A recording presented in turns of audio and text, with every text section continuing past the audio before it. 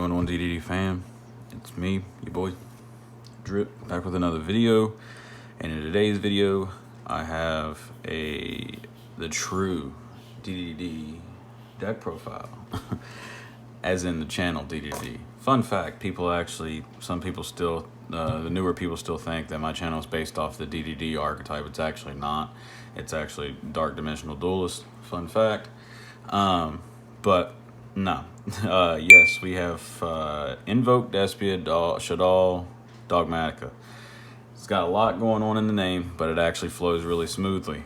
Despia itself, one thing I will say is I really like that archetype. It's good. It's good. And it hasn't even fully taken off yet. There's still more to be seen with that deck. Tech options, decks it can be put in, and new support for its in-own archetype itself. But I've been messing with it since literally the day it got announced. And obviously, just like everyone else too, the first thing they thought of was Shaddoll's and Invoked as well. I'm going to talk about a few things about my list and my take on this deck, and what I think about the deck and everything moving forward. But this list I'm solid on. There's nothing I would change at the current moment. Like I said, I've been working on this list for a while now, and I've finally found my comfort spot.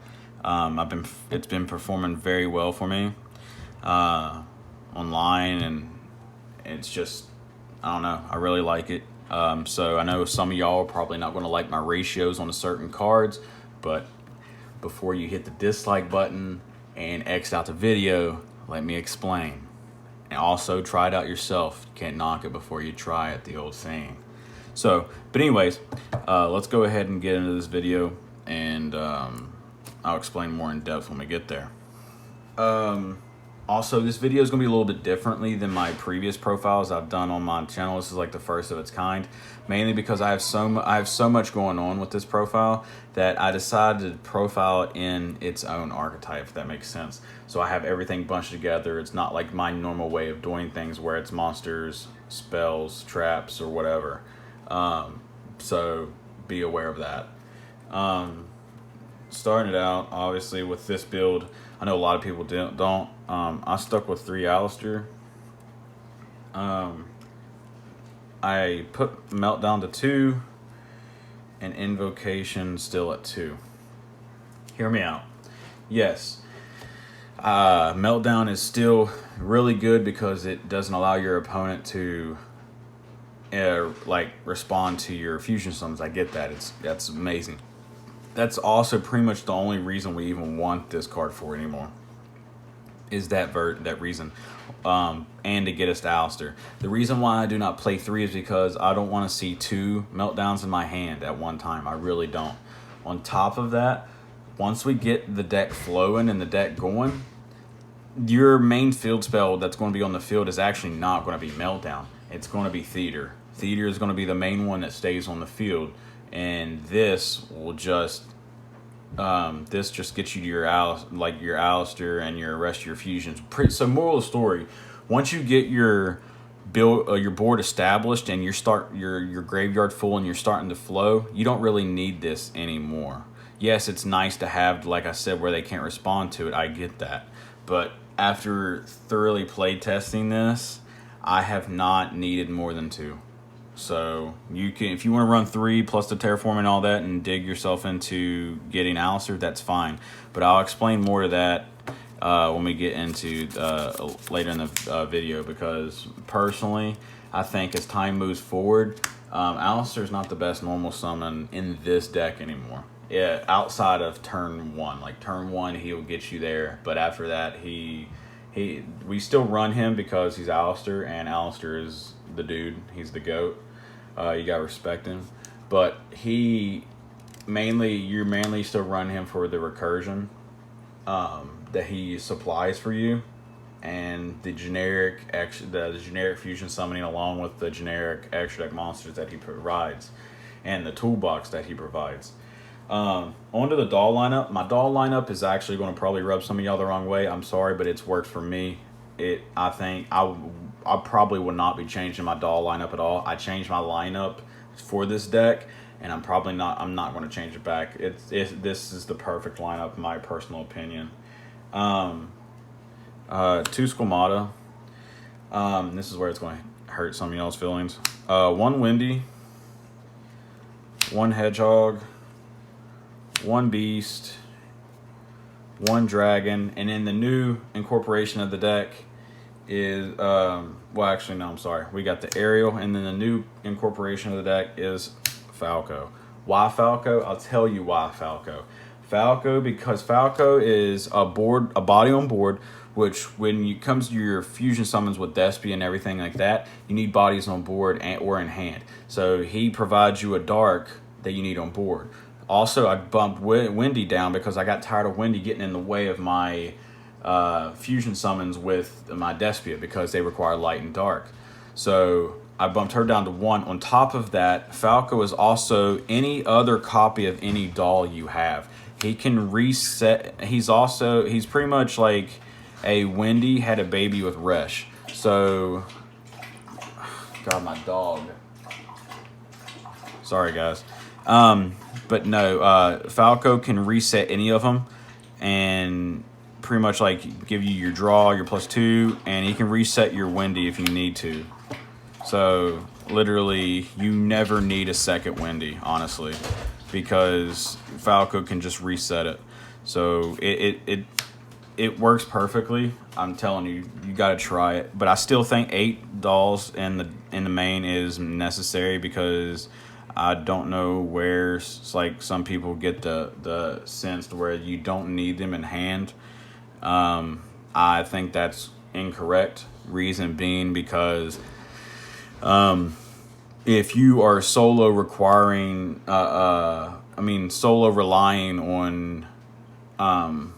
Shaddoll fusion by summoning directly from the deck and your opponent have an extra deck monster, then you're just like indirectly crippling yourself. But no, the addition of Falco and is like it's worked wonders. Like, it's insane. That card is nuts.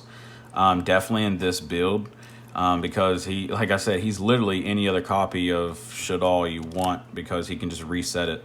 There's several situations to where I couldn't dig for my Resh, and my Resh, obviously we all know Resh is pretty much a trap version of any Shaddoll you want. And I needed to get Beast back on board to get my Pot of Greed for free. So I just sent the Falco, set the Falco, and then the next turn I drew 2. Drew the 2 off of Beast, and then you're right there back in the game. Or I needed to special summon another one, and then I used Falco to summon Windy, and then I fusion summoned Windy off, and then Windy effect to special summon Shaddoll from deck. So, moral of the story is once you use the Windy the first time to get her in grave, you can literally loop her back with Falco, and it works better because Falco is a dark, which helps us with our Despia cards. So that's my reasoning on that, and I'm sticking to it, and I think it's the best tech right now to coincide with the Despia. And then this is another thing. That's it for Shaddoll lineup like itself. I'm not running L. I love L. The resource, the toolbox it gives you is like to be able to fusion summon to push for game or to fusion summon your opponent's turn is amazing. Yes, but if I want to push for game, I'll just use Super Poly. What if you don't have a discard drip? Well, I don't know. Then you'll just have to OTK him at the next turn. But outside of that, if I want to fusion on their turn, I got Schism for that.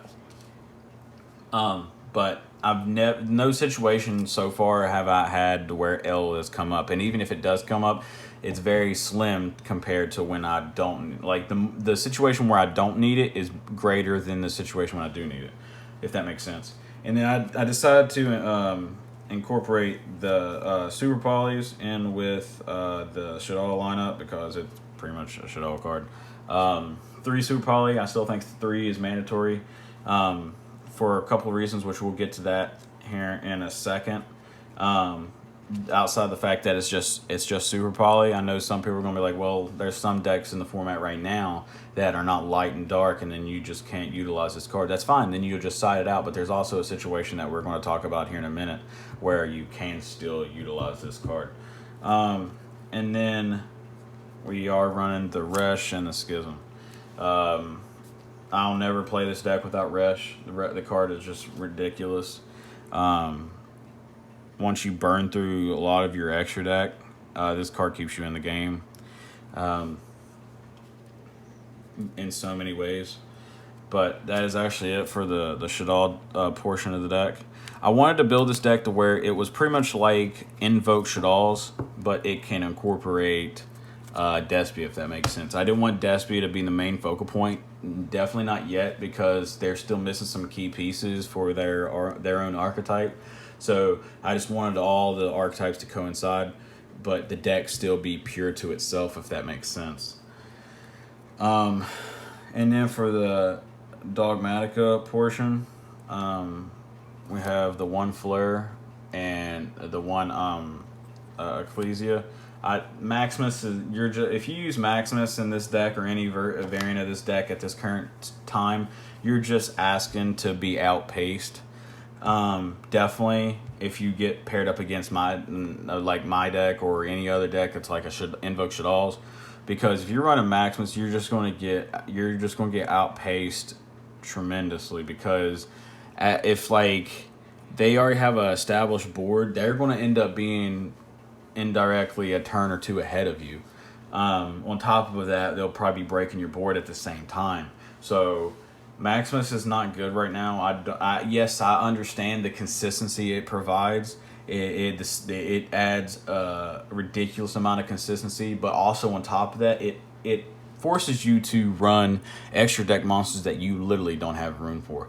When you run all these different engines in one deck, Yu-Gi-Oh itself, the extra deck is so tight as it is. When you put all these archetypes together, it forces it to pretty much explode, because there's just no room for anything. So why run a card that forces you to run at least 2 extra deck monsters out of your 15 extra deck slots that you just don't have room for? So you mean to tell me one main deck monster that you're not going to plus off that hard without your opponent plussing more or as much as you is worth 2 extra deck slots in a deck that needs as many extra deck slots as it can get? No, it doesn't.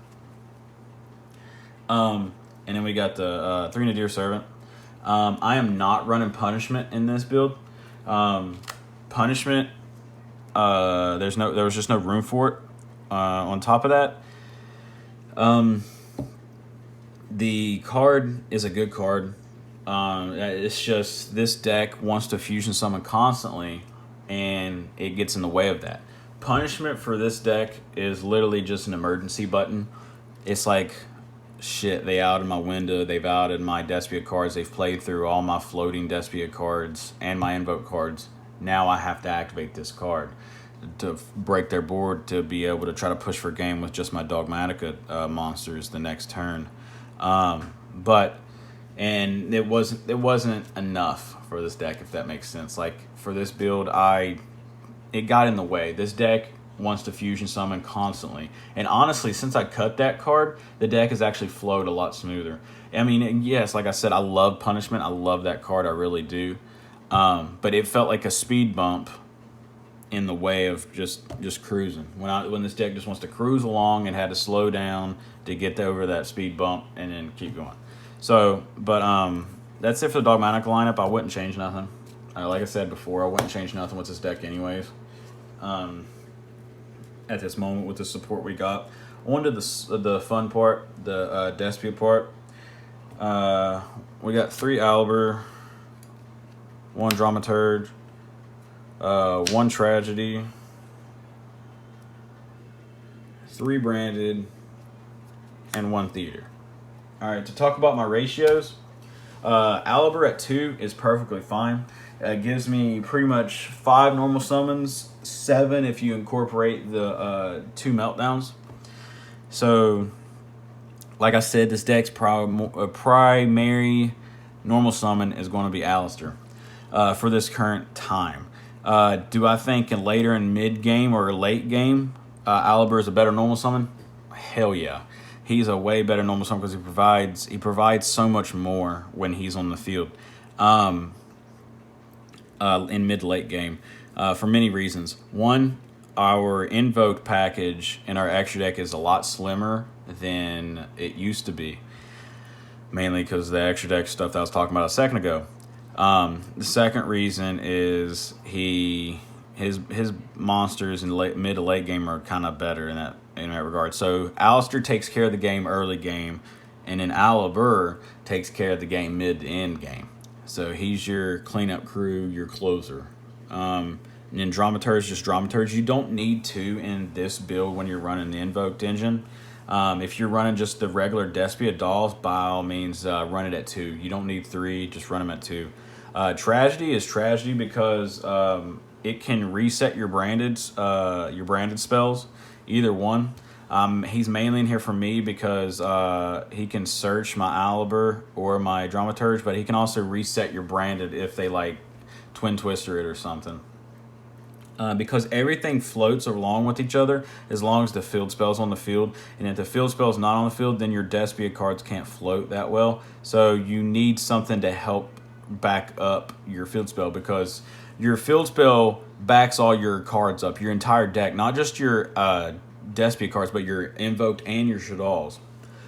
So he's doing all this work. You need to have some support to help him out too, because he shouldn't be pulling all the work for you. So Tragedy is to help Theater out. And then Branded is obviously really good when you open up a Shaddoll, because it gives you instant access to any of your Despia monsters. What's really nutty is when you open this, a Shaddoll monster and Alistair, because then you have instant access to Alistair and Alistair at the same time. Just make sure you do your link summon before you activate this, because you're locked out of link summon after you activate this. Fun fact, if you didn't know. So, but yeah, this is my my Despia lineup. I think it's perfect. Like I said, I wouldn't change nothing. Moving on to the miscellaneous cards. I did not want to cut this card. Fun fact: when I was putting the list together, I kind of had a fair idea of what I was going to run, like doll-wise and everything. And this was actually the first card I added back in here because it's the tech card that like wins me so many games, and it gets out, it helps me push so hard for game, and that's Eldritch, obviously, the Golden Lord. He's amazing, great, and staple in this deck. He's pretty much become a staple in this deck, honestly, because like in mid to late game, once you burn through a lot of resources, and if you're kind of getting outpaced, this card can come out of nowhere. Definitely with your Shaddoll cards that you can just add back. So like you can, after you use Schism, you can summon this and then get your Schism back later. And he helps you push for game. And now the last 3 cards in the deck is my secret tech. I know if you haven't already been wondering, where's the hand traps? I'm not running hand traps in this build currently because I want to break boards, because I'm getting sick and tired of main decking hand traps, which takes away from my deck's consistency. And when a deck has a certain thing it wants to do and can't just play hand traps freely like some decks can, like this one can't, you need as many cards as you can to help you accomplish what the deck is trying to do, and that's fusion summon and just kind of swarm indirectly and fill up the grave and start floating from there. So you need cards that can help you with that, and this is what I was talking about with the Super Polys. I decided to play board breakers, so as in the Super Poly, the Eldritch Golden Lord if he's in hand. Obviously Construct help you break the board too, but I decided to main Santa Claus. I know some people are like, but what about the drawback for them drawing? I have not dropped this on a person's head yet to where I could not get rid of it. On top of that, if you don't see Super Poly and they drop like a Dragoon or something problematic on you and you can't out the Dragoon, he's just going to negate all your shit and you can't play. So I'd rather just drop this on their noggin and go from there. This card has been like insanely good to me in this deck. Another reason is because it's a light. So if you're playing against a deck that doesn't play lights and you have Super Poly in hand, it's like pretty much your only play. You just drop this on their head, and now they have an instant light that you can fusion with Super Poly. That's another reason why I play it. So 1, it helps you break boards. 2, it outs problematic monsters. And 3, it gives your opponent instant access to a light, so you can use their cards as material. And he has a lower defense than others. I know some of y'all are gonna be like, well, why don't you just use Jizukiru? But then again, I don't want to do that because Jizukiru is kind of big. I didn't think I thought about it, but I was like, I would much rather run this because it's smaller, and it's got smaller defense. So if I can't get to a construct, I can still get out of it by easily getting over it with one of my Invoked monsters or my Despia cards. Oh, sorry. Tired. It's early in the morning. Apologize. But that's it for the main deck. Clean 40. Onto the extra deck where it's going to piss some of y'all off. But I'm sorry. It's what works for me. Link monsters, standard. Artemis, gravity controller, cross sheet. I'm not running Anaconda this build. Very few situations has come up to where I wanted to use Super Poly for many reasons. Like I wanted to dump Super Poly, or not L, or like Shaddoll Fusion or something like that, without seeing my cards already. Cross sheep is in here because it can actually, like, if I have Aliber in the graveyard, I can special summon Aliber back and use Aliber's effect to search a branded spell. We also run Kaliga, so Cross Sheep helps you bring Kaliga back. So there's a bunch of synergy with Cross Sheep in here. I love Cross Sheep in this build. I wouldn't, like I said, I wouldn't change it, but that's it for the links. On to the Shaddoll fusions. It's where some of y'all gonna get pissed, but you'll be all right. Two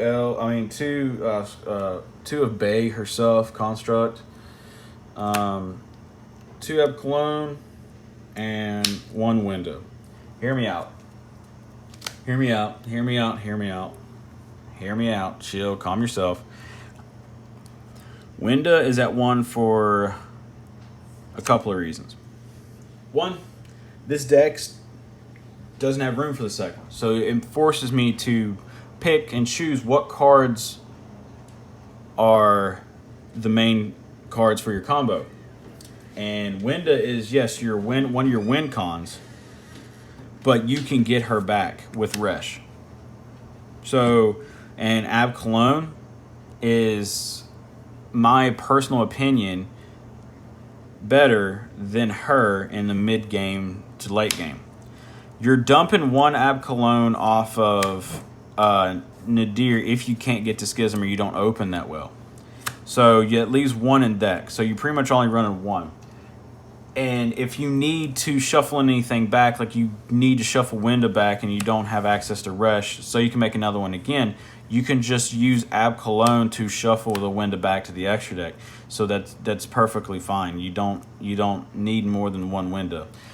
I was running 2 Winda and then 1 Ab Cologne for a while, and then I found myself really needing the second Ab Cologne. The second Ab Cologne does come up. I promise you it does. The fact it can turn things off permanently comes up like huge. The fact it can't be destroyed by battle comes up because it's huge. So the most important Shaddolls in this deck right now in this version is literally Squamata and not Squamata, but Ab Cologne and Construct. Because there's not been a time where I haven't made Winda and I didn't get her back off of Resh. That's the beauty of Resh, because Resh you can bring it right back. So I promise you, I know I'm usually a conservative player too, and I want to have that extra blanket in the extra deck just in case. But in this build, you just can't. You really can't. Not if you want to maximize the abilities of your deck, what it can do. But that's it for the Shaddoll lineup. It's like perfect in my personal opinion for this build. And for the Invoked, to piss more people off, one Makava, one Kaliga, and one Agwades. The one Makaba has a little bit more justification than the one Winda did for a couple of reasons. One, you're never probably going to make him more than once anyways. Second of all, your branded theater can bring him back because he's a level 8 or higher. So what people don't know is when the field spell, when a non-fusion fairy monster leaves the field, you can special summon a level 8 or higher fusion monster from your graveyard. So kind of how it works is, let's say you, the way it works is, let's say you have, I'm not going to show you a combo or anything right now, but let's say you have Jester in the grave, right? And they drop a kaiju on this. Well, and you have the field spell in the field. Jester's effect will activate as long as they have a monster. You target their monster, you special summon Jester, and negate their monster effect, yada, yada, yada. Then, once they out the Jester by either attacking over it, destroying, or anything, you can bring your fusion back. As long as you have the field spell in the field. Everything floats. So, everything comes back. And even if you had Dragoon, you could bring Dragoon back. Trust me, I was running Dragoon in this deck for a while, and I decided to cut it. I was running the Dragoon instead of the Dogmatika package. But yeah. So what's crazy about that is, if you're like, the way that works is with the field spell, they worded it perfectly for 2021 Yu-Gi-Oh, in my personal opinion, because when it comes to the fairies or your fusions, if they, like, when you read any effect, whether it's the field spell or the attack manipulator Despia monster, when they leave it just says leave the field by anything, battle, card effect, gets banished, gets shuffled back to the extra deck, goes to the graveyard, goes back to the main deck. It don't matter. If it's leaving the field, those effects are going to pop off. So that's what's really nice about this, is there's no like wormhole of outing that stuff. But yes, Kaliga for the VFD, pretty much the Invoke VFD lock, kind of pseudo voodoo, and then Agwades to get over big stuff and push for game. And also, I respect Dark Ruler, even though it's not like very relevant at this current time. I still like to make Kaliga and then sit on my window in the graveyard to see if they can out the Kaliga, and I will literally sit on this until they out this. I'm not popping my Schism until then, because they're either going to out my Kaliga or I'm just going to sit on it, because I'm not going to fall for the bait and then summon Winda and Kaliga at the same time, and then they just drop no ruler and proceed to go off. It's not happening. But that's it for the Invoked engine. And then literally for the Despia, we just have two. We have Cortez, and then whatever the hell, I'm not even going to pronounce that. At the moment in time, this is all you need, because really this is all we kind of have. Burst of Destiny, shit's going to get insane when we get that set. But currently, this is all you need, just 1 and 1, because like I said, everything floats. Everything floats with the graveyard. So yes, the ratios seem kind of bad, but it with just 1 of whatever or 2 of whatever. But I promise, when things start floating from the graveyard back to the field, it feels like you literally have unlimited extra deck monsters. And then the last 2 cards in the deck is 1 Ash Dragon and 1 Intis. Obviously, if you couldn't guess it already. To help like get your cards and stuff. You could make an argument to cut Ash, since we're no longer running the punishment, so you can get that extra search. You can make an argument for that. So honestly, if I was to change anything about the deck, it would probably be taking out the Titaniclad. But outside of that, I still like the Titaniclad in there, because sometimes my Ecclesia will get ashed or something, and if that's in the grave, they'll add it to me no matter what. But that's it for the deck, guys. I apologize for the long video. Then again, a lot of my videos are long anyways. If you all would be so kind to please hit that like button if you haven't already. Hit the subscribe button if you are new to the channel. Please, guys, a lot of you guys, it's like literally like 80% of you guys are not subscribed who continues to watch my videos. So if you're going to keep watching my videos, you might as well just hit the subscribe button and the bell notification so you literally never miss an upload. You're already watching the videos anyway, so you might as well get notified when I upload. But again, you all take care. Hope you all enjoy the profile. The profile works wonders for me. Like I said, I love it. I wouldn't change nothing outside of that one extra deck slot. You can do as you please. Test it out. It's fun. It's an awesome deck. But again, you guys have a wonderful day, night, morning, evening, whenever you're watching this video. Hope you guys are staying safe out there in the age of COVID. You all take care now. Drip out. Peace. Good dueling, guys.